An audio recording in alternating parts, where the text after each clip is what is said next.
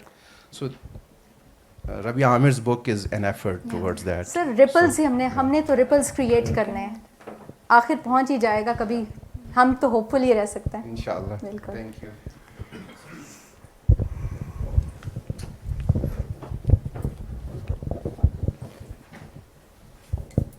Assalamu alaikum, ma'am. Ma'am, building upon the concept of implosion, which was as a consequence of colonialism, I wanted to ask, in particular to the case of Kashmir, we have multiple narratives, triple narratives to be certain at this current point. I just wanted to ask, can we consider the third narrative, the one that's of the neutral one, to be as a example of that implosion, or are the other two narratives also part of this implosion that we're talking about? Okay, the thing is کہ آپ وہاں سے بات start کر رہے ہیں جو کہ آپ نے ایکچولی کیونکہ پڑھی نہیں ہے کتاب, اور یہ جو آپ بات کہہ رہے ہیں یہ اس کو بہت تھرلی میں نے اس میں ڈسکس کیا ہے, اور جب آپ اس کو اگر پڑھیں گے تو آپ کو اندازہ ہوگا کہ یہ چیز اٹ از اے گیون, یہ جو آپ کہہ رہے ہو نا, اٹ از اے گیون, اور اس کو کافی اچھی طرح سے تھریش آؤٹ کر لیا ہے. تو I think that suffices for me to say this at this time. Sorry. So I have a question that's rather political in nature, and I understand that it's maybe beyond the scope of your book, but I would like to have your opinion on that. So I think that in the last 100 years, it's quite well established now for the neutral people of this world that the current world order has totally failed any kind of marginalized people. And nothing seems to be in sight. یعنی even یہاں پہ بھی discussion ہو رہی ہے تو بڑی ہی black سی انداز میں کہ جی ہم تو بس پہنچا بھی دیں بات تو بڑی بات ہوگی اور ہم ہوپ فل ہیں لیکن کچھ ہوتے ہوئے نظر نہیں آ رہا. تو میرا کویشچن یہ ہے کہ یہ جو کرنٹ ورلڈ آرڈر ہے and I would like to specifically take out one or two things like اس ورلڈ آرڈر کی. So for instance nation states, to be very provocative. So don't you think, in your opinion, that the nation state model is doomed to failure and will not provide solutions to such problems? Thank you. Again, I would like, دیکھیں ایک تو again میں political analyst نہیں ہوں لیکن legal scholars ہیں. He is considered one of the most influential 500 academics in the world. Wael Hallaq, I don't know آپ نے نام سنا ہے, کولمبیا یونیورسٹی کے پروفیسر ہیں. I audited his class, I sat in his class and ان کی جو پہلی کتاب ہے, پہلی کتاب تو ان کی تھی شریعہ, ٹھیک ہے, اور جو دوسری کتاب جو مجھے انہوں نے گفٹ بھی کی وہ ہے دا امپاسبل اسٹیٹ. دیر از اے پن ان دس کہ جو آپ نیشن اسٹیٹ کی بات, اس میں بہت گہرائی سے بات ہوئی ہے اور میں نے بھی اس چیز کو ٹچ اپ آن کیا ہے. تو یہ جو چیز آپ کہہ رہے ہیں آپ بالکل ٹھیک مطلب اس وہ پہنچے ہیں کہ جی جو ورلڈ آرڈر ہے وہ ہو گیا ہے, یعنی it's not it hasn't address the problems and it has not. So اس چیز کو بڑا اچھی طرح سے ہم نے یہاں پہ ڈسکس میں نے کیا ہے اس میں, اور اس کانسیپٹ کو بھی کہ یہ اور ان تھرو ہز یعنی جو ان کی کتاب ہے, اور اس کتاب کو تو اگر آپ پڑھیں گے تو آپ کو بہت اچھی طرح سے کلیئر ہو جائے گا کہ دا امپاسبل اسٹیٹ, وہ جو ایک اسلامک اسٹیٹ جو ایک دماغ میں ہیولا سوار ہے مسلمس کا بھی اور دوسری طرف کا بھی کہ بھئی یہ پتہ نہیں اسلامک اسٹیٹ کے, تو انہوں نے وہ پتہ ہی کاٹ دیا. انہوں نے بتا دیا کہ یہ اس کا کانسیپٹ ہی نہیں ہے ہمارے ہاں.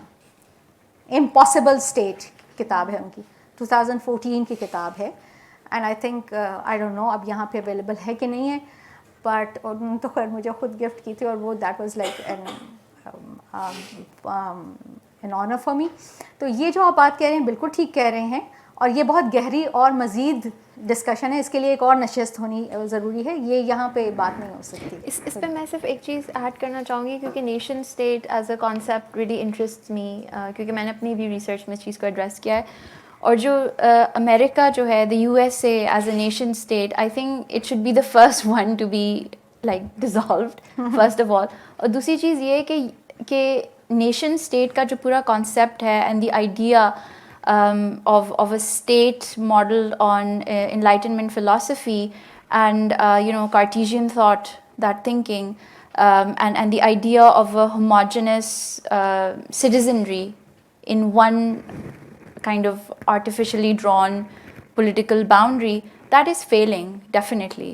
And I think in the next from 20 to 50 years, I'm not going to say that the nation state entirely is going to collapse like every nation state, but people are going to lose faith in the idea or the ideology behind these borders that are drawn not arbitrarily. There is method behind this madness, and so but I think heterogeneity within a state is very, very important. I would add one thing to this. See, the thing is, it is very interesting, اور میں نے اس میں بہت یہ بھی بات بہت وہ کی ہے کہ یہ جو نیشن اسٹیٹ کی آپ نے بات کی ہے اور یہ کس طرح سے یہ بنے تھے.